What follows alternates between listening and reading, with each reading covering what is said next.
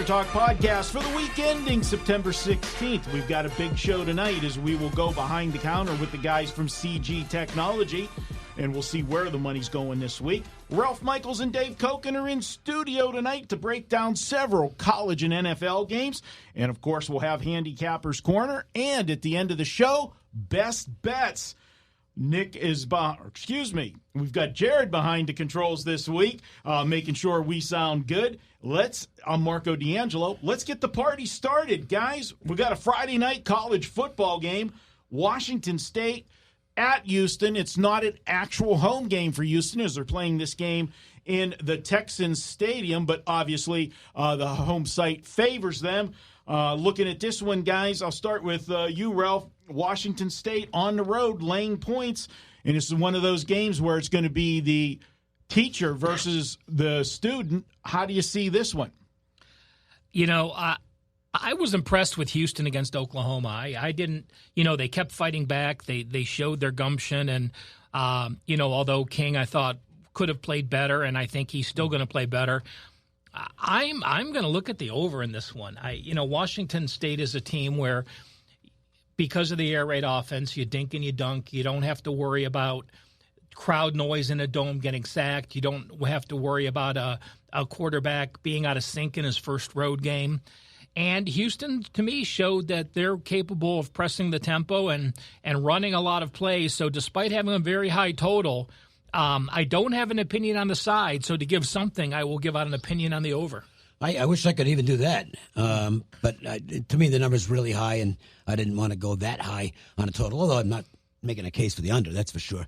And I think the number's about right on the game. Washington State is the better team by a pretty good margin, but it's a brand new starter on the road for the first time. And I'm not really one who is real trustworthy, or trustful, I guess is the word I'm looking for, of the Pac-12 laying points on the road in non-conference games. It's not a good league, and they find a way to not win these games. Arizona against Hawaii week one? I'll say this. I think Washington State will be better prepared for Houston than Arizona was for Hawaii. But it's still a lot of points. If I had to play it, I didn't take this with the entire canister of salt. I think I'd take Washington State, but I'm not going to bet the game. I can't do that, Dave. My doctor doesn't want me. He wants me on low sodium, so I can't do the whole can of salt. But I'm going to look here, and I think I'm going to give Houston the shot here. Washington State, you look at the numbers, and they've looked impressive, but they haven't played anybody. And when you are a total mismatch against the opponent that you're playing, and then you have a turnover ratio on the plus side of 7-1 in those two games on top of it, it's going to make you look even better than you are. Quarterback, first time on the road, that's definitely something to be concerned about. But as we've seen with these teams, with these high-powered offenses, you lose a quarterback, and then it's just the next guy up. It's more of the system than the quarterback. And obviously, a good point of that is, last week, Southern Cal, everybody was, JT Daniels was gone for the season. Kids never made a start and everything else. Man, he went right into that system and looked very good last week against Stanford. I'm going to go ahead and take Houston here. One problem that Houston had against Oklahoma is they got gashed on the ground. Oklahoma ran roughshod on them with the running game. The benefit is Washington State doesn't run the football. Not very often. And even in those two games, Dave, when they had the big leads, you would have thought that they would have tried to slow the game down with the big leads and run the football. They only ran the football 35 times in the first two games, and they won both of those games by 51 and 42 points. I think that this is a spot for Houston to get the job done. I'll take Houston plus the points. Let's move to a Saturday game. Ralph, anytime we've got an Ohio State game that we're going to talk about, I always go to you first because this is in your wheelhouse, being I know you follow Ohio State closely. You got to be impressed with what you've seen. They haven't missed a beat. Urban Meyer now in the broadcast booth on TV analyzing the games, and Day has done an incredible job so far, but they haven't played anybody. Now, this is where things get a little bit dicey. We've seen Ohio State laying big numbers on the road recently has not been a winning proposition. I will say this. Yes, they handled their two opponents easily, but Florida Atlantic, and Cincinnati are much better competition than probably 40 other teams have played the first 2 weeks. So Cincinnati was a very good team that beat UCLA. So it's not they didn't beat anyone. A 42-0 win over Cincy can't be overlooked. Yes, FAU played that 3-3-0 defense the first four scores, and they got up 28-0, and then they didn't do anything. And I understand that. You're a new team. The team handed you the ball. You fall back, and you just become lethargic in that win. A couple things I want to mention. Ohio State has won 23 straight in the series. But if you look at it against the spread, you're going to say the Hoosiers kept it close, going 7-1 against the spread their last 8 games. My rebuttal would be this. In those 8 games, the average line was 28 points per game. Now they're laying a much more reasonable 17. Another thing to look at when you're talking about Ohio State going to Indiana, tickets are cheaper for people to go to Indiana to go to a game and get a hotel room than they are to buy Columbus tickets. You will have probably 40% of the crowd being Ohio State backers in Indiana. They always travel extremely well to go to this venue. And then, Penix, now it just came out. They had Indiana return their starting quarterback, Ramsey, but they decided to go with the young redshirt freshman lefty who was a mobile quarterback. But Penix is now questionable, so Ramsey may be back in it. It doesn't matter to me. Ohio State's defense is legit. They have a chip on their shoulder for giving out more points per game than they have in the history of the program last season. Plus, they had over 400 yards per game allowed on defense. Chase Young can catch any quarterback that tries to run out of the pocket. And with the cornerbacks you have that can play man-to-man, it just makes this defense so much better. I like Ohio State. I'll give a shaky vote to Indiana just on line value. The line's going to 18 now. I didn't have a strong view in the game, but if the game opened 14 and it goes to 18, the whole world's on one side. Yeah. I don't want that side. I don't really want Indiana either. I look at this one in recent history with Indiana. Ohio State's just 1-7 against the spread against Indiana. Of course, those are always big numbers, sneaking in. And I think this is one of those other spots where Indiana might be able to hang around here. Won't make my card on Saturday, but I do lean to the Indiana side. Interesting game. Let's go to stay with a team in the Big Ten. In Michigan State, this is a team that, I'll admit, week 1, I had them against Tulsa, and I'm still trying to figure out how in the world I didn't cover that game on that. I believe it was a Friday night. Ralph, we were out at Westgate that night. We were meeting some guys in town, and they just Sportsbreaker odds. Kiev from the Odds Breakers, and they just dominated that game, and somehow, they didn't cover it. The second half, they went to sleep, and I said, is this the same? Are we going to see the same out of Michigan State as we've seen in the past? We heard about all this. They're going to change the tempo of the offense and going to be more, a little bit more imaginative on offense. And they looked it for the first half, and then we saw the same Michigan State. That's what D'Antoni, he does that. And it frustrates the hell out of me. He doesn't care about winning by a margin. He never has. So maybe that shows up here. There are some interesting factors in this game. D'Antonio becomes the all-time winningest coach in Michigan State football history with a win here. He tied the record last week. There is a revenge factor. Michigan State wilted in the fourth quarter down in the desert last year with Lewerke in front of his hometown crowd, so to speak. He's from the Arizona area. And it was a disastrous fourth quarter for them. And they ended up blowing a 10-point lead and losing the game. Arizona State, first start on the road for their new quarterback. It's going to be tough for people to get excited about the Sun Devils off their 2 performances to start the season. Okay against Kent State, but Kent State isn't much.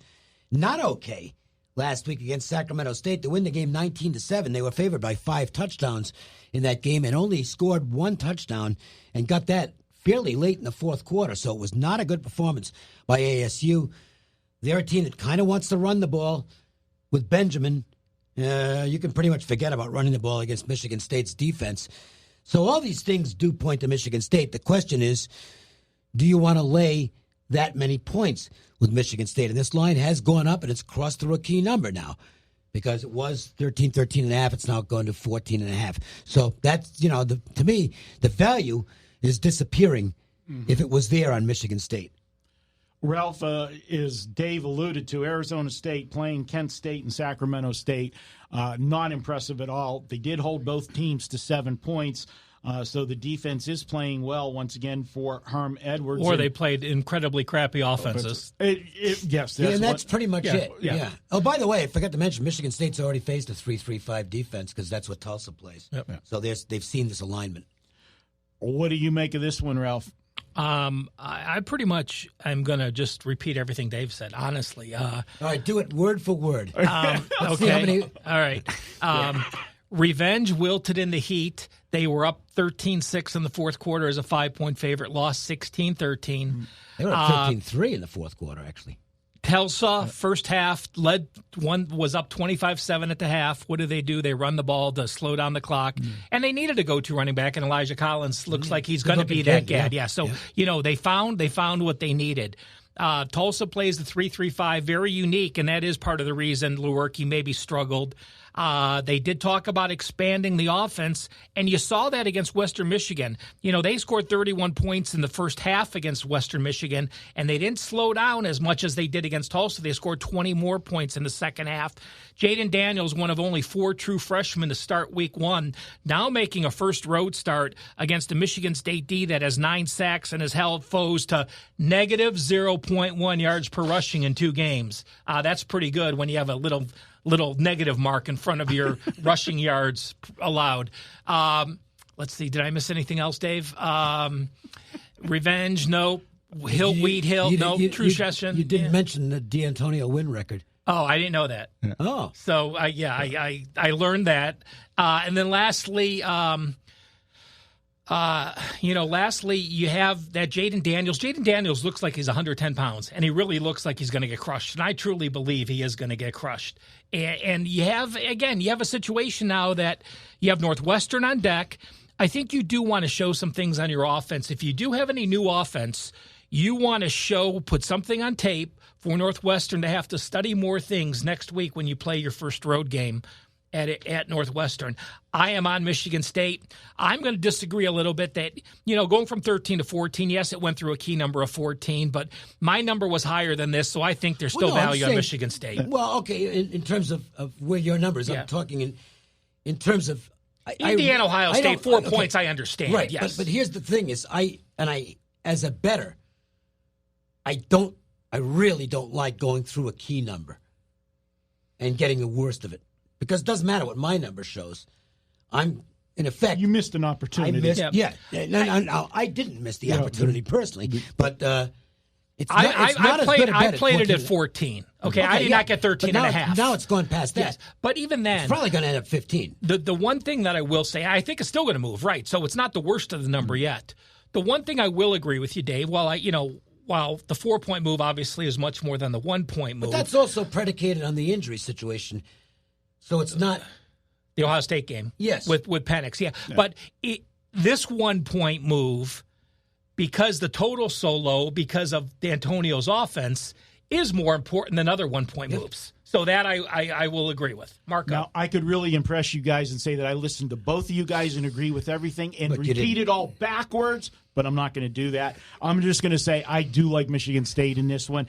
I like the defense. What can you not like about this defense? They have been smothering so far. They've already produced 6 turnovers in 2 games. Granted, not the best of competition. But Western Michigan. Again, Tulsa and Western Michigan are 2. They're not FCS teams and they're not bottom feeders. They're right, but they don't play. The MAC doesn't play defense. No, but they're in that 75 to 85 type of group. They're not awful. Yeah, there's probably 60 teams that have played worse teams than those. Over half of football has played 2 worse teams than Tulsa and Western Michigan. It's Michigan State or pass for me, and I like Michigan State. I'm hoping it goes back to 14 for me to get involved. But now listening to this pod, it's probably going to 17. True enough. All right, guys, let's head on down the road. We got one more game, and this one we're going to go staying up. Boy, we've got a lot of Big Ten teams this week. We've got Iowa on the road playing Iowa State. Now, guys, Iowa's won 4 in a row in this series.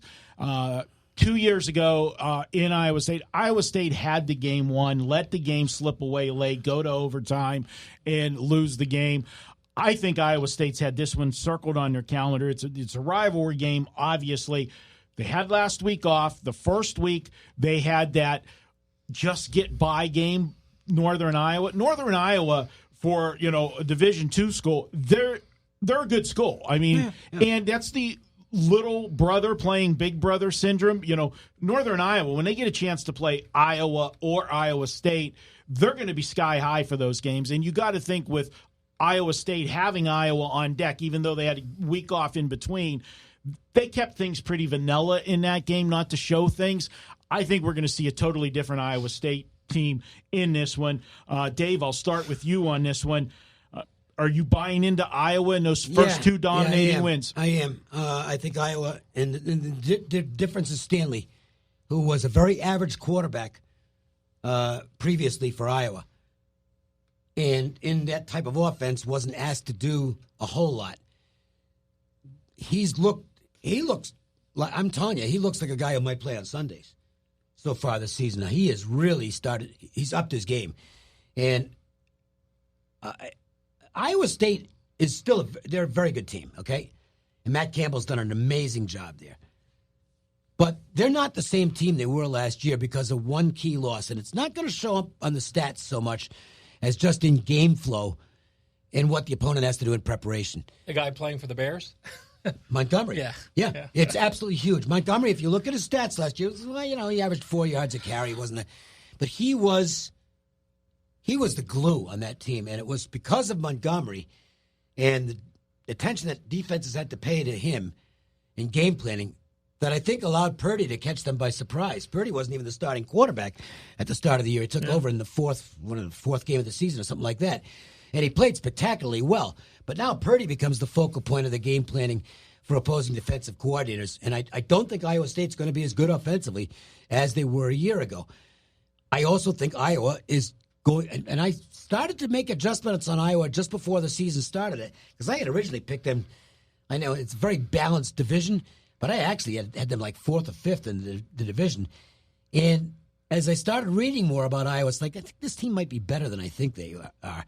And off what I've seen in the first two games, they are better than I think they are. I'm not telling you that Rutgers is anything special, but Rutgers has a little bit of offensive talent. You hold any Big Ten team to 5 first downs. I mean, they just 5 first downs on defense. That's amazing. They killed them. I know that this is going to be, I'll tell you, this is going to be a big service play on Iowa State. It's the type of game that services will grab the home dog. My take on this was when the opening line came out, if it had been widely available, I would have sent it out to my customers right away and said, take Iowa. I don't want to now because it switched favorites, and it does figure to be a close game. But I think Iowa is the better football team, and I think they're going to win the game. I've got a number to add for your Iowa backers. Iowa, 16-1-1 as an away favorite. Yep. 16-1-1, that's pretty good. Now, with that said, I'm going to like the other side. Iowa State also 9-2-2 as a home dog, so very good in this role. A lot of it, though, was, like you said, Montgomery running the ball and being able to get that. But, I am a Matt Campbell fan. He will not be there more than another year. He will be at one of the major schools getting buku bucks. But reading his articles this week, and Marco, you and I talked about this, he talked about going back to his Mount Union days, how having a week 2 bye was the best thing he or his teams could ever ask for. You play Northern Iowa, you go to overtime, like Marco said, you get trained. You still outgained Northern Iowa by 200 yards, but people just see the final score. You can work with Purdy, you can work with your offense, you can work with your defense, you can make adjustments. Meanwhile, Iowa last week, yes, they had an easy time with Rutgers, but you don't know that prepping. You had to prep for your Big Ten opener against Rutgers, a team that scored, 70 points the week before. So situationally, I think Iowa State has a huge edge. Being the home dog, having lost 4 in a row makes a difference. And I agree with everything you've said. I have no problems with Iowa. When you have a third-year starting quarterback in the Big Ten, it's a big deal. And he learned under Beathard 4 years ago and played a little bit and then started the last 2 years. that maturation really makes a difference when you're playing these road games like he is. So he knows what this rivalry means, and he knows how important it is. With that said, I think a very low-scoring game, and I have a lean. It's not going to be a play from me. I have a lean on the home dog. It won't be part of my service plays like Dave predicted. But no, but what I'm saying is a lot of services. I guarantee a revenging home dog. I know, yeah, absolutely. I know the sports service industry in terms of how the handicappers tend to pick the games, and as soon as I saw Iowa go to the favorite in this game, I know Iowa State's going to be a gigantic service play. You can circle that. Tons of services. You'll see that all over the place on Saturday that on Iowa State. And they might win. But so do you think it'll be enough to get it back to pick? No. Okay. No. The money, which is more important to me. We've seen a little bounce back already. This is sharp money. It went to 2.5, and it's back to 2. It's peaked. Yeah. I don't think it wasn't going to get to 3, but I knew as soon as I saw that line, the money is going to come in on Iowa in this game. And Marco, the Cyhawk, tell us. What side are you on? I'm on the Iowa State side, and here's the thing. And I agree with everything you said on Nate Stanley, how good he's looked so far. But here's the difference. They ran for 213 yards against Miami of Ohio. They ran for 194 yards against Rutgers. If they run the football like that against this Iowa State team, they're definitely going to do it. I say it 100 times. You take an average quarterback and give him a good running game, and you're going to make him a good quarterback. You take a good quarterback, it's going to make him a great quarterback. Stanley looks better than he is because the running game has been so good the first 2 weeks. Let's see him do it when he has to carry the load with the passing game. And I think the Iowa State defense is going to slow down that running game. And the home dog situation with Iowa State, I like the 2 weeks to prepare. I like the 4-year revenge factor in an in-state rivalry. I like there. And, yeah, call it a service play. I'm on Iowa State. One little comment on the revenge. And I'm not saying it's going to be the case here, but when the same team keeps winning every year, it does. We saw it in Utah, BYU the first week, and I should have known it, and I played BYU anyway. We see it in Ohio State, Michigan, too, don't we? Never beats Utah. And I think psychologically it's a negative going in. And you just mentioned Ohio State and Michigan. I absolutely think it's a negative. It's in their heads. There's no question it's in their heads. And I know it's 4 years isn't quite the same thing, but it's every single player on the Iowa State roster. So you're saying it's on the verge of getting there. It's getting close. Yeah. Iowa State had better win one in this series really soon. All right, guys, good first segment. We're going to step out for a quick break. When we come back, we're going to shift gears and head to the NFL. We're going to break down 4 games for you on the Sunday card. That's up next on the WagerTalk Podcast. It's Manic Monday, and that means every pick at WagerTalk.com is just $9. Get a play in any sport valued at up to $30 for just $9 each and every Monday at WagerTalk.com. Welcome back to the WagerTalk Podcast. It is time to head to the NFL, and one of these times, guys, we're going to leave the mics open during the breaks, and you're going to have a blast when we do it. But, guys, let's start it off. Minnesota, Green Bay. This is a big early season game because the team that takes the win here instantly has a big leg up on the division. And this has been a 3-horse race the last few years with, well, not the last few. Chicago made in there last year. But it's Green Bay and Minnesota and now Chicago. Sorry, Detroit, I can't put you in the mix. Who do you guys like in this one? I'll start with you, Dave. Minnesota. They look good in their home opener, but it was Atlanta, and you know what? But they look great in their home opener. They look great, but you know what? Again, Atlanta was one of those teams that didn't give a shit about the preseason, and you know what? They played like a team that didn't get any reps in the preseason. Yeah, and there's something else. Atlanta might just not be very good at this point. They look like a team that's kind of heading into decline. Their offensive line was not good. Ryan is becoming less mobile by the minute. He's not Joe Flacco immobile, but, he's getting there. And, he made 2 really bad decisions in that game that both resulted in interceptions. And the other thing is the Vikings didn't even show how good they might be. They only threw the ball 10 times the entire game. So Zimmer was able to just do whatever he wanted. The question here is, how good is the Green Bay defense? You heard Aaron Rodgers after the game last week, he didn't want to talk about what they did offensively, and guess what? They didn't do anything. Do much offensively. It's kind of weird, and I knew they were going to do it. It's like they're going to, start of the game. And it's like Aaron Rodgers wasn't the star of the game. No. But it's Aaron Rodgers, so he was the star of the game. But Rodgers is talking, we got a defense. We got a defense. Yeah. I think this is something they're really excited about in Packer Nation because they've had such a bad defense the last few years.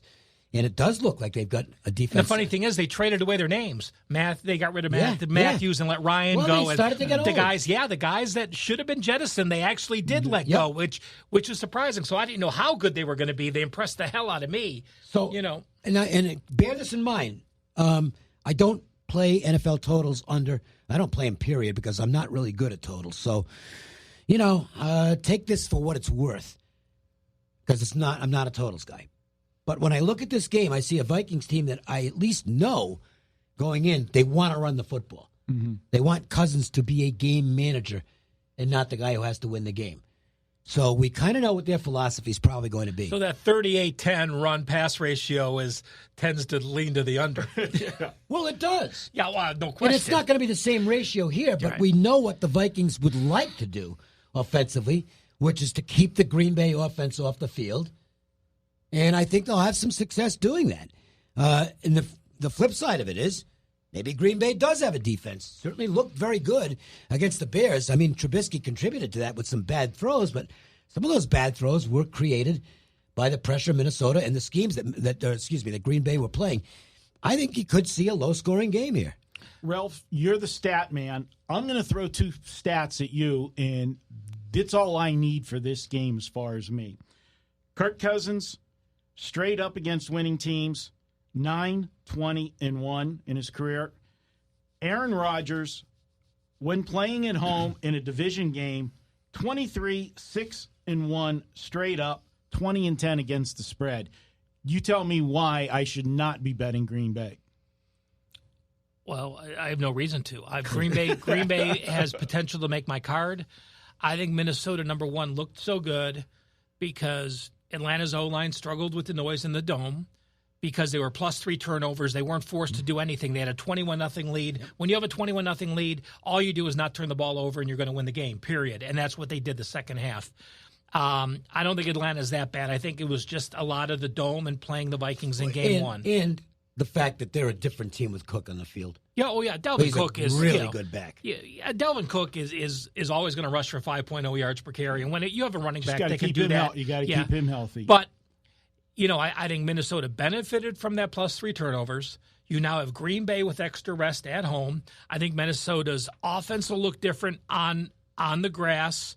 I love the Green Bay defense. I think it'll be a lower scoring game.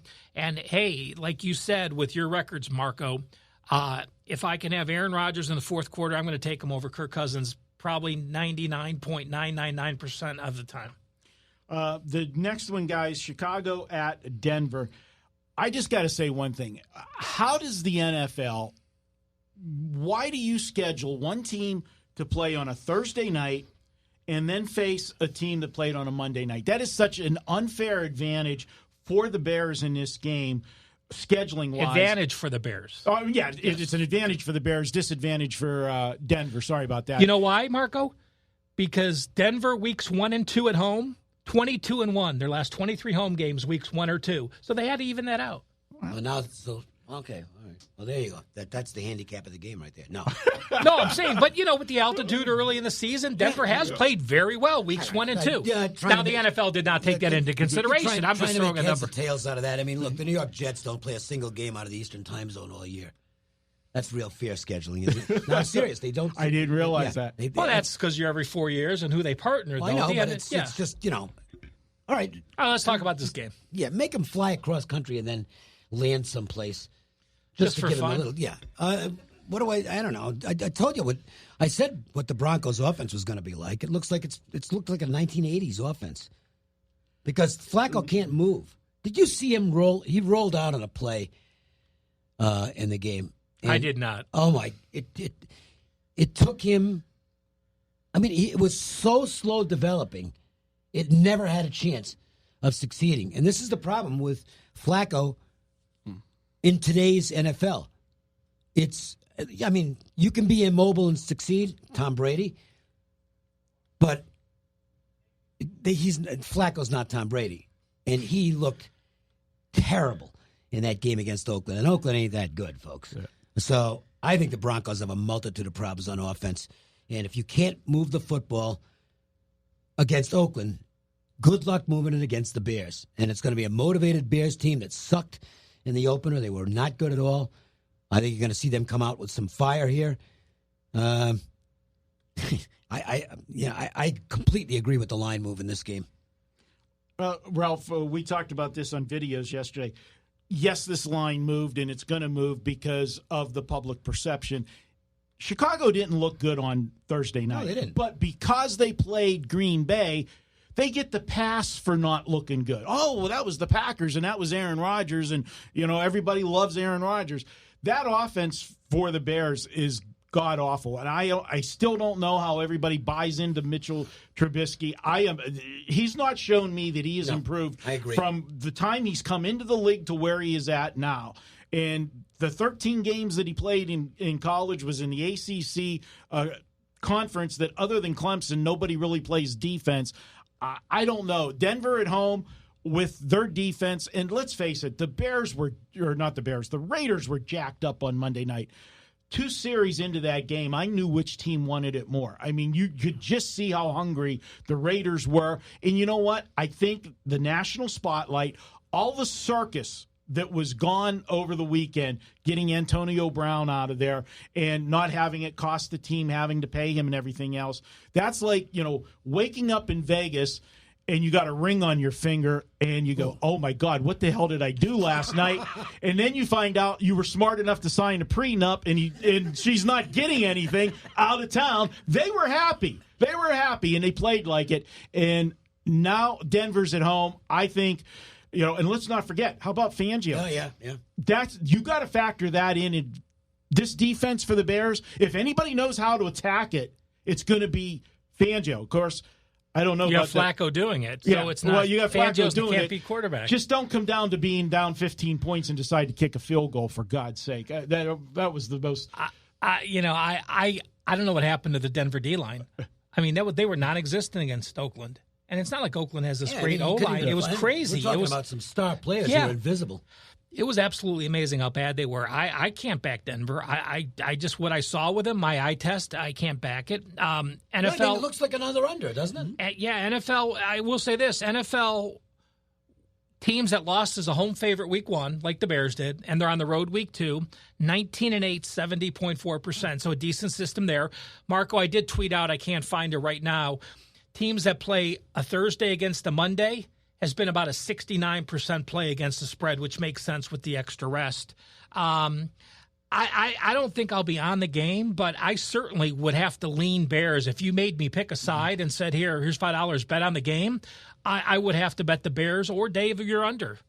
I'll tell you what I did with this game, and it's what we used. I used it on the video as one of my teaser plays. I took Denver and teased them up over the touchdown. I don't see Chicago getting separation on the road. 2.5? It's 2.5. That's a plus even teaser. Yeah, and it's even. If you find another team that you can tease. And I did have another team. There's like 3 of them this week. Yeah, but there's 2 that are even better because of the totals. I think the Redskins, you want the lower totals in there, and you have this one, and the other one is the Giants. The Giants, that's who it is, yeah. And so that's where I'm going. My money's going to be on Denver, tied up in some teasers on Sunday. Moving on this is a game that I like to use the phrase trap game. It looks too easy to take one side in this game. John Q. Public's going to look at the lines on Sunday. They're going to see this San Diego. I said it, San Diego. I went all through the videos yesterday without saying San Diego, and I come here and I look at you, Dave, and I see, listen, when it's clear that my presence in the studio flusters a lot of people. Well, I had flashbacks to the old days. Because Marco doesn't want to look at you, keeps his eyes closed, and can't read his page. The Chargers pick the winner against the Lions. That's all most people are going to have to look at. Here's the thing. I know where you're going with this, but can you trust a coaching staff that is so fucked up as Detroit. 2 weeks in a row back-to-back F-bombs for Koken. weeks F-bombs. Wait, on Koken. Twitter, a well-placed F-bomb is very appropriate. That's right. Well, it is. Listen, Ted Williams, who's still the best hitter who ever lived, was the best swearer of all time. He took profanity and made it an art form because he used it sparingly, but very effectively and very loudly, too. He had a big booming voice, and he was really good at it. And I've always strived, since I was never going to be as good as Ted Williams as a baseball player, to at least be his equal in the profanity category. And I think I've pretty much accomplished my goal. And that was a perfect spot for that word, because there's no nice way to describe how badly that Lions coaching staff performed last week. They blew the game. They blew the game. Unbelievable. First off, he goes into a prevent. Are we talking Chargers Cincinnati, or are we talking Detroit? Chargers Detroit. Where are you at? Oh, never mind. 49ers play. So one of those California teams play Cincinnati. They're the team. See, San Francisco. San Francisco's in the That's northern. enough. Yeah. Okay. No more for me. Jesus Christ. So anyway, talk about fucked up. I did it last week. If you're doing something back-to-back weeks, I have to too. Yeah. I asked him if we're talking about the right game last week, too. That's right. Yes, you did. So I want to be consistent, just like Dave. Yeah. Dave, check that Mountain Dew bottle. I'll tell you, you're acting old enough in terms of short-term memory. Senility, yeah. You ought to consider running for president, because that's all we've got. Running for president is really old guys. Not for nothing. So now you're calling me Trump. If all the kids, or it can be Trump or Biden, it doesn't matter, because they're both. If you're older than I am, you probably should be running for president. Okay, that's just my opinion. I'm not getting into. I'm apolitical. I don't really care who wins. So, anyways, first of all, they go into a prevent defense, which makes no sense whatsoever. You've completely bottled up the rookie playing his first NFL game. He doesn't know what the hell's going on out there. He's completely baffled, okay? I mean, this game was going too fast for him. And all of a sudden, you're in a soft zone, which allowed two things. It allowed him to get some easy completions, and it allowed them, the Cardinals, to start running at the tempo they wanted to run, which was getting a snap off, every 13 seconds or something like that. So that was mistake number one. Then they call a timeout on offense. Bevel's the offensive coordinator, and he called the timeout, so I can't blame. There's the game. I can't blame that on Patricia. And that was, what is he doing? Yeah. They're going to win the game. They're going to win the game. He calls a timeout. And then on top of that, they kept doing things wrong. They got lucky to get a tie, because when they had no chance in the overtime to score, I mean, there's like a handful of seconds left. They don't have any timeouts left. They're down around their own 6-yard line or something like that. Just take the knee, you dumb son of a bitch. Almost through the pit. Yeah. Right in his hands. You're not going 94 yards. Forget the field goal, because you're not going to have time to complete a pass downfield and then get lined up for a field goal with no timeouts. And you're not going to get a 94. I'm not saying you can't, but it was a minus even risk proposition at that point to run even a play. And he throws the ball right to an Arizona guy who, fortunately, for the Lions, drops the ball. Otherwise, he's either going in for his pick six or it's a field goal. For the field goal. So this is the worst coaching staff in the National Football League right now. The worst coaching staff of the National Football League. Matt Patricia, and he's not the first of the Belichick assistants who hasn't been a great head coach and turned out to be better as an assistant. Matt Patricia needs to go back to being an assistant. He is awful. And it wasn't a fluke, because they were bad all last year in the coaching department. And the team was readily ridiculed on a regular basis. As good as Belichick has been, there has not been one assistant that's gone out in had a good record. That's why McDaniels is smart to stay in New England. They didn't take the Indianapolis. It clearly job. shows that Belichick is a genius, and he just props the guys around him that do okay, and they're puppets. Anyway, Belichick running his defense again showed this year that he doesn't need a DC. He just names one. Nah, he's the best there's ever been. Yeah. He just is. I can't back the Lions. The Chargers should have lost as well. Yeah. It had nothing to do with the coaching. This one was just because Adam Vinatieri had the worst day of his life. Cost for the Indianapolis 7 Colts. points. Yeah, he cost them the game. So the Chargers weren't great. And going on the road I don't know. It's not the easiest spot in the world to me, and I'm sure the Lions were embarrassed by what took place last week, but I can't bet the Lions. I just can't do it. Now, I am on the Lions, and Ralph, I'm just going to give you a little two stats here for me. The Chargers last week gave up 200 yards on the ground, and you know they game planned to stop the run because you wanted Jacoby Brissett to try to beat you through the air. And even trying to stop the run, they weren't able. Now, I know Detroit's not a good running team, but I think they have to try to attack that in this game. And here's the little oddity with the scheduling. This is going to be the first time in 3 years that the Chargers have played in a dome. Really? I didn't know that. First time in 3 years, and they're playing a home opener in a dome. You know the home opener, and I said this on video to bust our buddy Johnny's chops. The season home opener for the Detroit Lions is the only day of the year that you actually can have fun because your team's not out of the playoffs yet.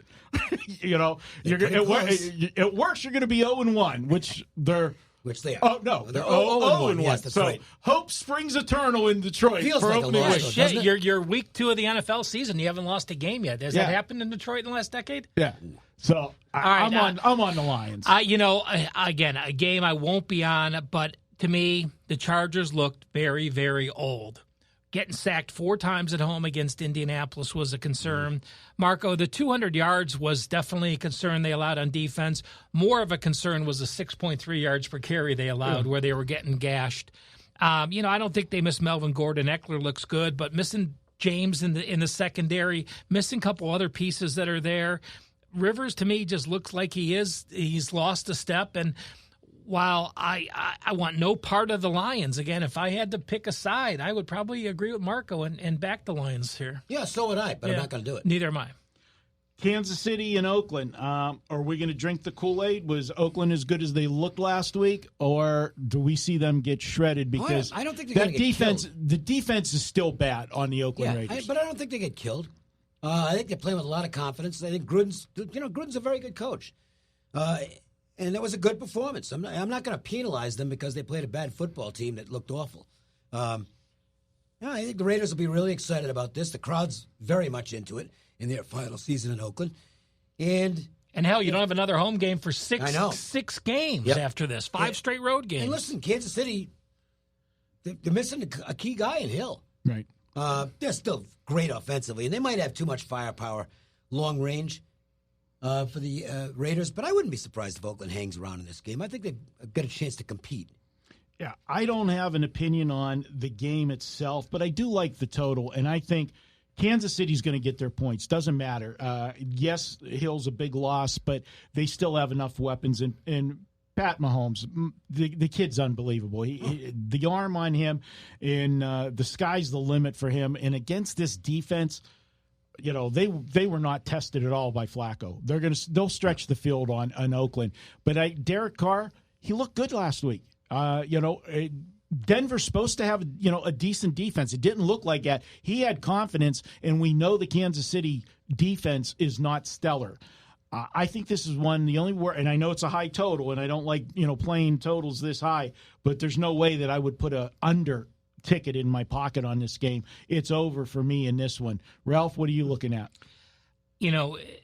Like we saw Gardner Minshew last week go 22 of 25 or 22 of 26. KC always lets you move the ball between the 20s. Then they play well in the red zone. So it comes down to this. If Oakland's going to score red zone touchdowns instead of field goals, they're going to cover this game, and the game's going to go over. If KC does what they do and hold people out of the end zone in the red zone, then KC wins. So, I agree. The line with that defense is too high. So with Kansas City, which has me leaning Oakland. All right, Dave, we're going to let you head out, but before you do, you need to give us the best bet for this week. Well, I used Central Florida as the 5% last week, and that was easy against Florida Atlantic. The only sweat was they almost ended the game too soon because they got a weather issue, and I won the game by 20 seconds. Really? I did. And if they'd have gone one less play, it would have been a no action. Didn't go the 55 what a disaster minutes. That would have been. Because I think they played 55 minutes and 20 seconds, I believe. Nice. It was. So, whew. That would have been a disaster. But they were the much better team in that game. Now, they're not that much better than Stanford. And I do want to point out, by the way, I posted this on Tuesday at -7. That number's gone. I still think UCF's the right side, but that number is gone. You're going to have to lay more than that. Costello is back for Stanford. He's going to play, so that's a plus for them. But they're still missing the left tackle, Little, who's a great player, and they're not the same OL without him. What I do like here is the situation. Stanford's coming off a really bad game against USC, and they're out of anything important. Their goal now, they're not going to make the playoffs. So their goal is to get back into the Pac-12 race and try and win that. And they've got a huge game next week against Oregon. I wonder about the travel situation for a game that doesn't mean that much to them. Coming off a bad loss, I'm sure Shaw wants to get a better performance, but it's still not a huge game for them. It's also going into heat and humidity, which is not a plus for Stanford, and could wear them down in the second half against the UCF team that plays about as fast as any team in the country. It's a huge game for UCF. It's one of those few proving ground games opportunities that they get. They don't get many of these. And I think UCF will be ready to play. The one worry I have is nobody on that team can throw the ball. Wimbush couldn't throw it at Notre Dame, and he left, and now he can't throw it there. The freshman was all over the field last week. They get Mack back for this game, but he's not the most accurate guy. They're going to have to do it with their legs.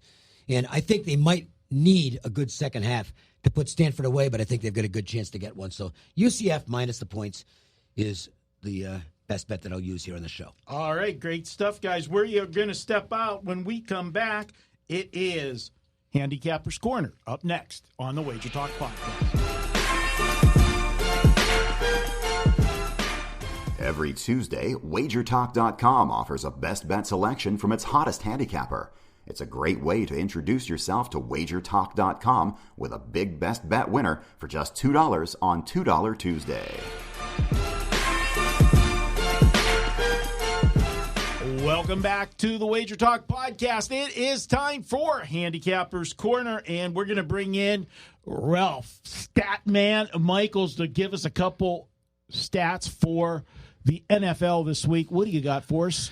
Marco, again, thanks for having me on your show, Bet on It with VR and Kelly. If you guys haven't seen the pod, make sure you check it out. It's an incredible NFL show. I do a segment on there with Kelly TNA. Appreciate the time to do that. And it's been so popular, I just wanted to throw a couple other angles. Follow me at Twitter, at CalSportsLV. During a week, I probably tweet out 20 of these. And again, they're not just to follow them blindly and play, but hey, if you like the situations and you want a handicap, it certainly helps. Marco, I'm going to credit you to this one. Marco called me up and say, hey, can you run this scenario? It was pretty good. I just want to make sure what the numbers are. Well, September home favorites. September away favorites off a home win. So you start off early. You've got confidence. Now you're going on the road. You're the better team. You're ready to go and play ball. 43-1 against the spread since 2012, 23.2%. And Marco, you said the last few years have been really bad. 2-15 against the spread the last 3 years, 11.8%. Kudos to you for finding that one. And I'm just going to add one more easy. Again, guys, go to Cal Sports LV. You're going to see a load of these this week. Just go back on my Twitter follow. When you have an NFL double-digit home dog, the over-under 4-25 against the spread. Over-under 4-25. So in the last 29 games with a double-digit home dog, 4-25 over-under. That, of course, Miami, a home dog. They know their only shot to win is to slow the game down, not turn the ball over, get conservative. A home favorite gets the lead. An away favorite gets the lead. They're starting to look towards next week. It's been a great underplay. So it may actually make my card this week as well, Miami and New England, under the total. All right, great stuff from Ralph, the stat man, Michaels. And is it true chicks dig guys with big stats? We're going to step We're going to step out for a quick break. When we come back, we are going to talk to the guys at CG.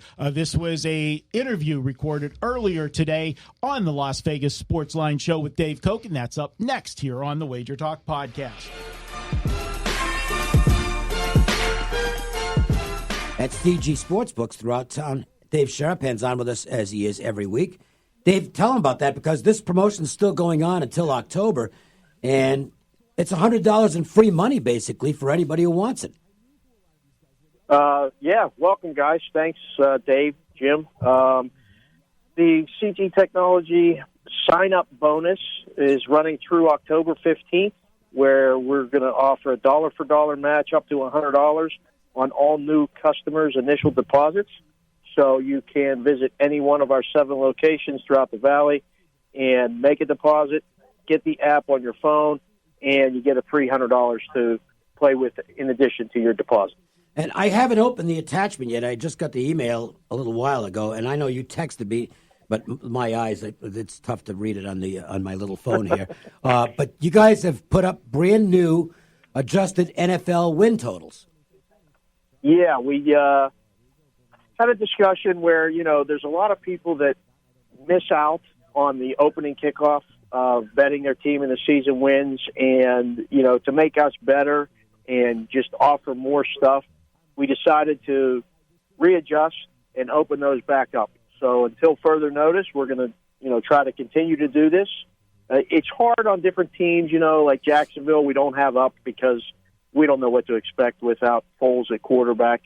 But and the Jets news today kind of set that one back too. We took that one down. Wow. But everyone else is up, and you can fire away. I mean, Dave, it's been actually fun because we took a lot of bets already today.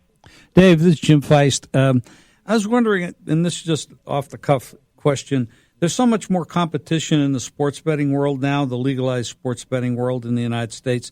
How much is that affecting the sports book or the sports betting business in Las Vegas now, and what do you see happening in, say, 2, 3, 5 years? Boy, Jim, that's a great question, and we continue to talk about that. For those of us that have been around in the business for a long time, it's a challenge to find the different things in different markets, different offerings that people want to play. And, you see a lot of the things going on, like in New Jersey, where, there's a lot of markets for everything, and it's somewhat overkill. I mean, really, there's 17 different markets for the first inning of today's St. Louis Cardinals and Colorado Rockies baseball game. Wow. Yeah, on some of these apps, you can bet, different results, different this. It literally, it's almost paralysis by analysis as far as what do you want to put out there. And, to be perfectly honest, everything's becoming automated in the business, and a lot of that stuff has to be automated. There's just not enough manpower or hours to continue to put that stuff up. So for everyone that's been doing it for a while, like these season wins, we've done a huge amount of volume on these things, having them up when we did back in April, when the schedule just was not, we put them out even before the schedule was actually released, just knowing the opponents. And this was another example of something that we hope will generate a lot of interest as well as a lot of business. Thank you for that answer. Going back, Dave and I've been around this business a long time, and long time. Before water was even invented. Really? Yes. We remember the days when the only thing you could bet on in a football game was the actual game itself. Right, there was no total. And then the totals finally came along, and a little later. And then we start, that. And then there was, soft prices in there until they figured that one out, and then the half times and now we got the quarters, and you got the team tells. There's so many more opportunities for the player to find a niche that they could win at. And now that we have these books around the country becoming very creative in order to get business, now it's become very competitive. So people are coming up with all kinds of things that you never heard of before. And it's got to change things. I'm happy to see it happen. I wish it would have happened 20 years ago, but it didn't. And it's what do we got? 13, 15 states already legalized? I think it's 17, isn't it? Something like that. And it's just continuing. So the challenge is on both ends. I mean, for the books, you really have to get better, and you have to compete so hard for that customer. But on the bettor's end, you have to find your niche, like you just said. You can go crazy And if you're not disciplined, you can go broke pretty quickly. There's it's opportunity. You got to find something. You got to find something you're good at and even, stick with that. I'll tell you something. Even if you're older, like I am, I made this change a couple of years ago, and it was a brilliant move on my part. I will say a brilliant move on my part. No, and I'm in this pick sales business, so this hurt my business from a dollar standpoint, but I don't care. It's better for me, and it's better for my lifestyle. I basically now focus on 3 sports: college football, the National Hockey League, Major League Baseball. College basketball once conference play begins, but I won't do much in the early part of the season. I don't do the NBA anymore. I only do power ratings in the NFL, and I stopped analyzing the stuff because I'm not good at it. You find your strength and go with it, and you can be you can be plus even. And I'll say that to anybody. If you really do your homework and focus on a few things rather than trying to beat the whole board, I think you can become a plus even better. I think it's beatable from a betting standpoint. I would agree with that. But you do need to specialize. Yeah. You need to find something you're good at and stick with it. And don't try to beat. For example, you go to the racetrack and there's 12 races. Don't try to beat every race. You just unless you're going there. Beat something, unless you're going to have fun. Unless you're going to have fun. And it's the same way with betting. All right, let's get into it. Behind the counter we go. Tampa Bay and Carolina tonight as NFL Week 2 kicks off. And seeing some 7s, but if you like the Carolina side at CG right now, -6.5. A little bit of juice, but not much. Yeah, this one's running about 85% of the tickets are on Carolina. And Tampa, I don't know if they plane even landed so far in Carolina. There's zero support for this Buccaneer team, and rightly so, the way Jameis looked. But we're going to need the Bucs come kickoff for sure. What's your total look like? What kind of number you have there? We got 49, and the steam came on under 49.5. So we're sitting at 49. I expect it to drop. If you're looking under, you probably got to grab it now because it's probably headed that way. Yeah, I'm seeing 49, under 15, stuff like that. And so it's going to start. It's going to go to 48.5. Keeps up that trend. Moving to Sunday, Colts and Titans, and they had 2 completely different types of games last week. The Colts played very well, but their kicker, of all things, Hall of Fame, future Hall of Famer, Adam Vinatieri had a terrible day kicking the ball, and it cost them the game. The Titans were great. They went into Cleveland, and they beat the snot out of the Browns in that game. What's going on right now at that, as far as the betting goes? Right now, we are at -3, -120 on the Titans. We've seen some really good two-way action on this. The early money was on the Titans, but the Colts are really a public team, and I think some people backed them against the Chargers and, kind of going to ride that out a little bit. So really, I can't believe it, but we're almost dead even to the game as of right now. That is interesting. It's an interesting game. Indianapolis played in L.A. last week. They went home, and now they got to get on another plane, go to Tennessee. Teams playing 2 straight road games to start the season have done very poorly in that second road game. Except for one category. And, they're 2-11 ATS. They're playing back-to-back, which you got a couple teams in that scenario. However, there is a category that you have to look at separately, and that would be when the second game is against a division foe. Which we all know division games are more important than the other out-of-division, out-of-conference games. And here you have a team. Now, let's look at Tennessee. They win by 30 on the road last week, but did they win by 30 or did Cleveland lose by 30? 18 penalties, sloppiness, just no discipline whatsoever by the Freddie Kitchens coach team. And so how much credit are we giving to Tennessee and how much should we be taking away from Cleveland in that game? Where Indianapolis, with Brissett, goes out to the Chargers in a tough situation. Should have won the game. Vinatieri cost them the game. But when you look at that, I'm going to say that Indianapolis actually played the better game. They didn't have 18 turnovers, not turnovers, but penalties on there. So now you have this situation where you got one team's 1-0 in division, the other team's 0-1 in division. And so that one category is something it's a separate category. The Chargers and Lions matching up. And I think that you're going to get some public reaction here because this wasn't just sophisticated analysis to say that Matt Patricia and that coaching staff cost the Lions the football game last week. So people are down on them now. Oh, yeah. And I think you're going to, personally, I think you're going to get a big ticket difference here, Dave, on the Chargers side, minus 2.5. Is that the case? Yeah, so far that's the early indication. I mean, we opened the game Chargers -3, and we got a pretty respected player take the 3, which has us down to 2.5. I don't anticipate it dropping much lower because of exactly what you said. Right now the parlay count early, it's Thursday, but it's way more on the Chargers.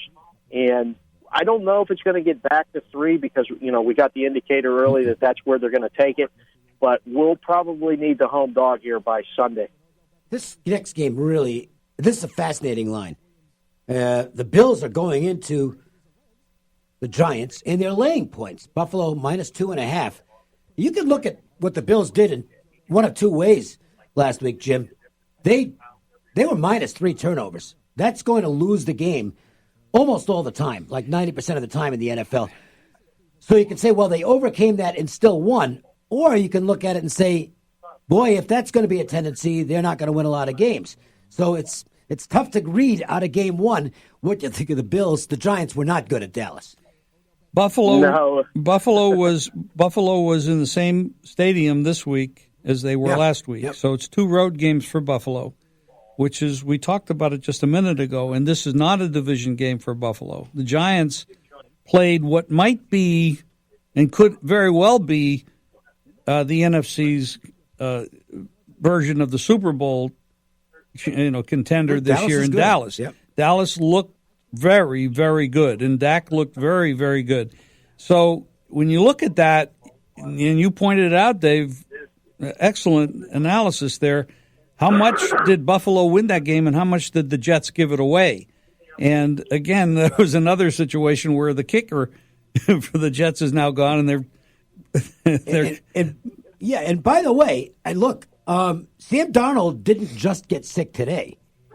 Okay, clearly was playing at well under 100% physically in this game. There's no question about that. So, how do you read that? We'll talk about the Jets in a little bit. Let's talk about what's happening with the line movement in that game, if there is any. But the Bills are actually a pretty good-sized favorite considering they're on the road here. Yeah, the public is so far is backing the Bills, and this may end up being one of those Joes versus pros games that we define as, the majority side is on the Bills, where the professional player is on the Giants. And, they took the initial 2.5 that we hung on the game, got us to the 1.5 immediately, and now as we're seeing the ticket count come in a little bit, it's more on the Bills than it is on the Giants. I don't know if they stayed in the same hotel. I mean, they're in the same stadium. It's not a far trip. But, back-to-back away games in the same stadium is such a unique thing. I don't know where it's going, but, the Bills' defense looked great. The Giants' defense looked miserable. They decided to cover the pylons on the outside and leave the entire middle of the field open the entire game, making Dak Prescott look amazing.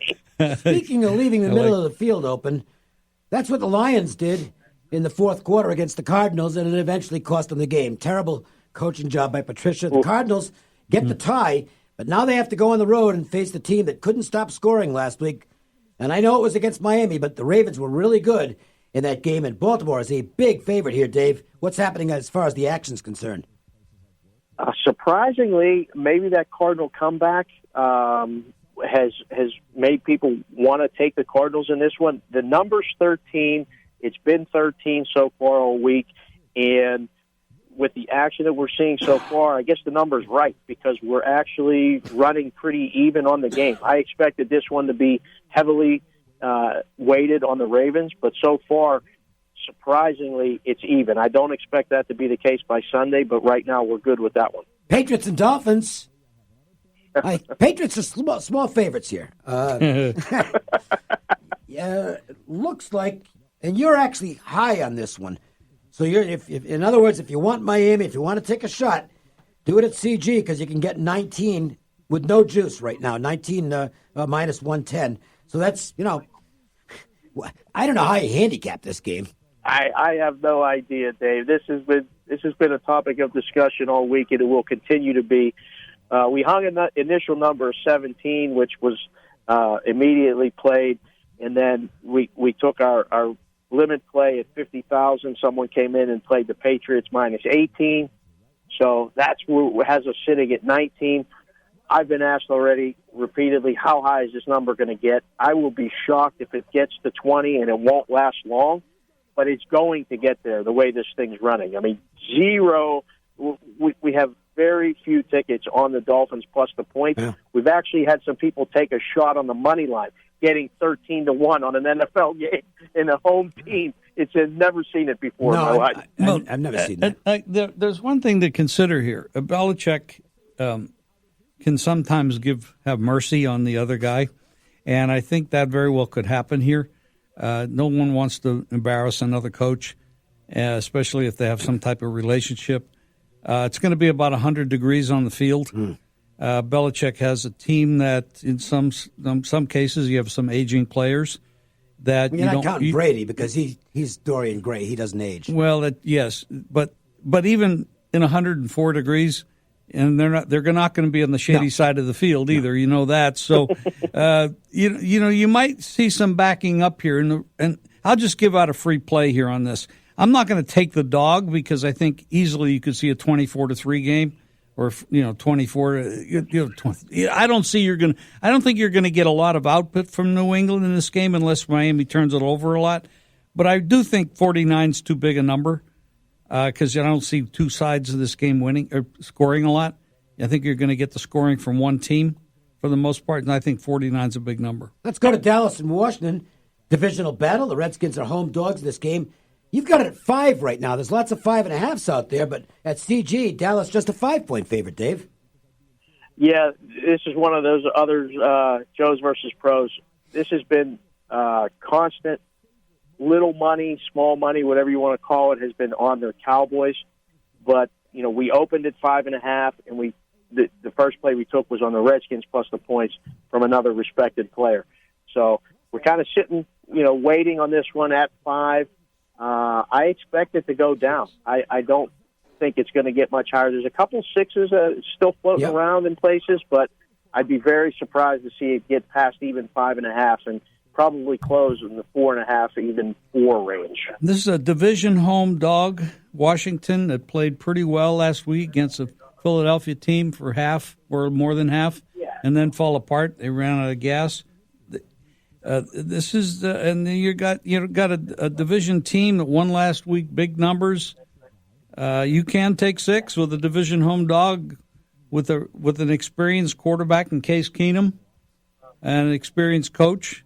That's tough to overcome. I can see why the fans are on the favorite, but the pros are not going to be on the favorite. Let's go to Jacksonville and Houston, and even though the Texans ended up losing that game on the long Lutz field goal. At the end of the game. I mean, they performed well. The Jaguars lost their quarterback and are now down to a rookie. And the number, as you'd expect, pretty big here, with Houston favored by 8.5. What's the betting look like, Dave? Historically, rookie quarterbacks making their first start on the road don't fare well. But early indications here are that the number's too high. We opened at 9, and we're down to 8.5. And running actually really, surprisingly, almost 2-3-1 on Jacksonville tickets. So at 8.5, we may be the first one in town to get to 8 at this point, but I can't make a case for either side at this number. This is a good number, and again, it's a divisional game, like Jim has talked about here, and the value side does seem like it's probably Jacksonville. And, this is a good example of a game. This is why you need multiple accounts. And if you don't have a CG account set up, you really ought to, because not all the betting lines are the same. And this game is a perfect example, because if you like the favorite, you can literally lay 1 point less, and that's significant. I'm looking right now. Right, 8.5 up, and they're one place at 10, the other is a 9.5, 9. So that's why you get the app. And again, we'll mention this. I'm going to go to a break, and then we'll pick this up after the break, Dave. But as we go out to the break, again, let everybody know about that sign-up bonus, because in addition to expanding your chances or enhancing your chances of winning because you have another out, you get free bonus money as well. Yeah, the bonus money, again, it's $100, dollar-for-dollar match on all new account deposits, any one of our locations. You sign up for the app and load up, like you said. It's a great way to shop prices and, give you a lot of different options, all from the comfort of wherever you're at in the state of Nevada. We told you about the CG free, or bonus dollar offer, but again, we want to let people know that you put something back up today, which is adjusted NFL over and under win props. We did, and so far the reaction has been great. I'll bet. And hopefully it's going to continue through the weekend. Readjusted season win totals for all the NFL teams right now, except for the Jacksonville Jaguars and the New York Jets with the quarterback issues. But fair numbers, good prices, and, you may want to double up on your position, or if you've seen something in week one and you don't like where you're at, you can probably just, make a play the other way or jump on a different team. It's all available right now. Let's roll through these. Seattle and Pittsburgh is one of the big games of the week. The Seahawks barely come out on top, but they did get the win against Cincinnati. They now hit the road to face a Steelers team that needs to play a lot better than they did on Sunday night. Steelers got embarrassed pretty bad. That's an understatement. And now they're favored. Initial play came in at -3.5. We're sitting 4. I expect the line to continue to climb. And early start, West Coast team in a home opener in Pittsburgh. Nobody wants that team right now. It's all Pittsburgh at this point. 49ers, good win for them as they start on the road at Tampa and get a victory, but they have to go right back on the road again and face the Bengals, who played pretty well last week in a narrow loss to Seattle. And the Bengals are small favorites in the game against the 49ers. Yeah, we took initial money at pick on the Bengals and got us to the 1.5. And then this is another one that I have circled here, pros versus Joes. So far, parlay tickets and stuff are running higher on the Niners, but our sharp, respected customers are on the Bengals. So probably going to need San Francisco by kick. Well, guys, here's one of the big ones, division rivalry. And this is a rivalry, the Vikings and Packers. Vikings, they had no trouble at all last week in Atlanta. They were very impressive in that football game, turned Ryan over a couple of times in key situations and won the game big. And the Packers, well, they've had extra time to prep for this game. Jim, that could be big, and they're at home, and they're off a good win against the Bears. Yeah, they didn't do much on offense. But they had the one drive. Still a good win, though. But it's a great win on the road. The Bears have some questions on offense, and it's one of those games where you look at it and say, is the Green Bay Packer defense really that good? Or the Bears offense really that bad? So those are the things. How about Minnesota? Kirk Cousins throws 10 passes. He ran the ball all day long, and he ran it good. Delvin Cook what just wants to do. Absolutely. This is going to be an interesting game. Different styles, obviously. But both teams came out with good defenses, so it could be a good one. What's going on as far as the market's concerned, Dave? It's been all Vikings to this point. I don't know if that's a factor that the Packers played the opening night and it's been that long and everybody's forgotten, or nobody was really impressed with the Packers' effort, especially on offense. But yeah, so far we're at Packers -3 even money. And the initial stuff has all been Vikings, so we're heavy 3, and probably going to be pretty reluctant to get off of that 3, but we're going to need Green Bay a kick. And here's a game that's on a key number as well, Chiefs and Raiders. Both teams off Week 1 wins, and I think both teams must be really happy with their overall performances. Kansas City's, of course, was a cinch against Jacksonville, but the Raiders have to be pleased with their effort against Denver. The game's sitting on 7 right now. Is this going to be a public play on Kansas City, or did the Raiders buy some convincers? Did they do some convincing, is what I meant to say, off the impressive win against the Broncos? They have. Right now, and we continue to talk about this, this has become a Raiders town.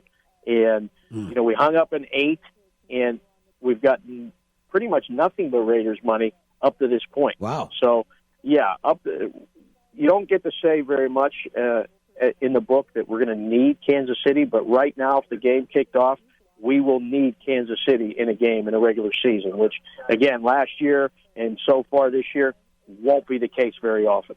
Here's the obvious one as far as motivation is concerned. Saints and Rams, and it's the most obvious revenge game you'll ever find because the Saints should have won that game last year. It's as simple as that. A blown call probably cost them a trip to the Super Bowl. And so there's a lot on the line here. Two teams that I don't think are crazy about each other at this point. And this is really a Week 2 marquee matchup between the Saints and Rams. Yeah, and I don't know.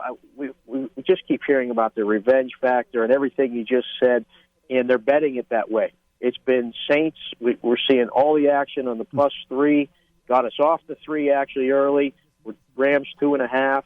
Public's even coming in on the money line here. I don't know if people want to see the Saints win or really believe they can win, but it's been just nonstop Saints money coming off of that Monday night game. I don't know. You can find some value, I think, on the Rams laying a short number at home. Yeah, I was going to say, this isn't even full home field advantage with this price now. It's a very public attitude about the revenge thing, and it's really not revenge when you consider the dynamics of when they played them last year in the playoff game versus a Week 2 game in the regular season. Yeah. So it's not really equal. Yeah, I think the Rams should be a little bit more of a favorite here because of the home field. We got travel off a late game with New Orleans against Houston the other night, which was a very difficult game, and traveling out to the West Coast. And I think the Rams are short. I'm not saying I'm going to bet the Rams, but I think the value monetarily, is with the Rams. I think this is the big move of the week. And kind of had a feeling this would be the case when the first numbers popped up. But the Bears are definitely commanding the market as they hit the road to face the Denver Broncos. Where's this going to end up, do you think? Great question. It was funny because I think if Denver wins Monday night, the line is different. And Denver didn't look good Monday night, which immediately put the money on the Bears. They laid 1, they laid 2, and we're sitting at 2.5. We're probably going to, flash a 3 here at some point in the next day or two. And this is, so far, our biggest decision is on the Bears right now. I don't know how long a 3 is going to last, but if you want the Broncos, I say wait a little while and grab the 3 when it shows. Yeah, there you go. That makes sense. Sunday night, Eagles and Falcons. The Eagles had a very bad first half, but then put it together in the second half. Ending to that game must have made most bookmakers smile because the Redskins scored a touchdown on basically the last play to slip back inside the number, and that was a big money changer. The Eagles now on the road to face an Atlanta Falcons team, and boy, if you want to sell on a team off 1 week, it might be the Falcons. It's funny you said that. We got, with our readjusted season wins, we got plays on the Eagles over, and we put up a 10, and those came in right away, and we got Falcons under the 8.5 season wins, and they're betting this game the same kind of way. Initially, we had pick, and they laid 1. It's a battle of the birds, but nobody wants any parts of the Falcons right now. That will probably be another game where we're going to need the home dog. And the Monday night game is back on the board, and Dave Sharphead can tell us where it is and about the adjustment that's been made. The Jets will be without Sam Darnold, who's got mono, and he'll be sitting out on Monday.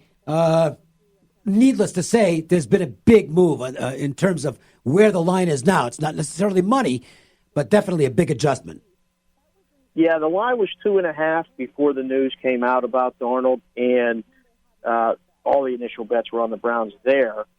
So the discussion becomes, how much is the quarterback worth? And, then there's also a question about Le'Veon Bell, whether he's going to play. I don't think that factors into the line as much, but it's still a factor. So hang it back up at 6.5 is where we're at. And we actually have as much money as we had at 2.5 already at the 6.5. So does it get to 7? Nobody gives the Jets a chance. It will. It's got to. Not yet, but it probably will. All right. Good stuff. I mean, great behind-the-counter report. Dave, can you make it again tomorrow for the colleges? What's that, Dave? I'm sorry? Can you make it again for a little bit of college tomorrow? Oh, yeah. Good. Just let me know. Good. We will definitely have that lined up. Meanwhile, get down to your favorite CG location. If you haven't opened an account yet, the mobile account's a treat to use. It's very easy to navigate. And dollar for dollar, free bonus up to $100. Plus, well, if you're there and you open the account, you can take that $100 and bet it on a brand new win total that just got posted today. Absolutely, Dave. Again, it's a dollar for dollar match on all new customer initial deposits. Any one of our 7 locations. It's a great way to, shop prices. In addition to, if you're in the book and, opening week was so busy in a lot of the books, there's lines everywhere. You don't have to wait in line. You deposit the money and you can make the play from anywhere. So you can still get the book experience, but make plays on the app. It's a great device. Dave, before you sign off, this is Jim Feist. What is the current win total on the Miami Dolphins? Well, what number would I give you, Jim, that you would bet over the Dolphins? -1. Right maybe no, actually 0. I bet over. I think they'll win a game. They might win one game. I think they'll win a game. It's tough to go 0-16. I think they'll win a game somewhere too. Well, but they're trying to go 0-16. They might succeed. Dave Sharpan, CG. Well, go ahead, That Dave. was the big discussion today, whether they would go winless, and what do you make a number on a team that's blatantly tanking? We hung 3.5, and the first bet we took when they opened was under 3.5. I bet under that. Wow. I bet under that for sure. Yeah. Well, there you go. If you agree with that assessment, get down to your favorite CG location and bet it now, because it isn't going to be there for long. Dave, thanks, man. Appreciate it. We'll talk to you tomorrow. Thanks, guys. Have a good night. Take care, Dave. Welcome back to the WagerTalk Podcast. It is best bet time. Before I give you the best bet, I'm going to give you the best bet of the week, and that is for you to get 7 days of service, normally $119. You do it this week. You don't need a coupon. Just go to the site. We've slashed the price, just $79. Gets you 7 days of service. And, Ralph, that includes if you have a 5% play, I've got one going Saturday. 2-0 the last 2 weeks with those big blowout wins. That play by itself's $40. $39 more, you pick up 7 days. It's a no-brainer. Speaking of no-brainers, give us your best bet for this week. Who are we riding? I'm going to go UCLA and Oklahoma over 73.5. Another angle for our listeners, Oklahoma now 22-3, over-under as an away favorite. I think UCLA's offense, well, let's see. UCLA's offense can't be any worse than it is the last few weeks. Oklahoma's offense can put up 50. I'm going to go over the total. All right, I am going to go to the NFL, guys. And normally, this one, you would think I'd be on the other side. New Orleans at the Rams. You know I like playoff revenge. And so that should line me up on New Orleans. Well, I'm not doing it, guys, and here's why. Yeah, we know New Orleans is pumped up. They got screwed last year in the NFC Championship game. But you know what? The Rams have had to hear about that all year, too. They didn't belong in the Super Bowl. They shouldn't have won that game. Here's what I'm looking at. The line in New Orleans last year was -3 in a playoff game. A -3 in a playoff game tells me the bookmaker is telling you these two teams are equal. It's just home field advantage. So now we're switching to L.A. It's -2.5. Why not the full 3? And why not a little more? Guys, last year, no Cooper Kupp in that NFC Championship game. He had 7 receptions last week, 11 targets. That's Jared Goff's security blanket. And Todd Gurley was no factor last year. Huge factor having a healthy Gurley. Yep. Last week, 14 carries, 97 yards. I'm on the Rams for my best bet. Guys, we got to get out of here right now. I want to thank everybody tonight, the guys from CG stepping in as they do every week. My partners in crime, Ralph Michaels and Dave Koken. Jared Justice behind the controls. I'm your host, Marco Deangelo. Till next week, let's cash some tickets.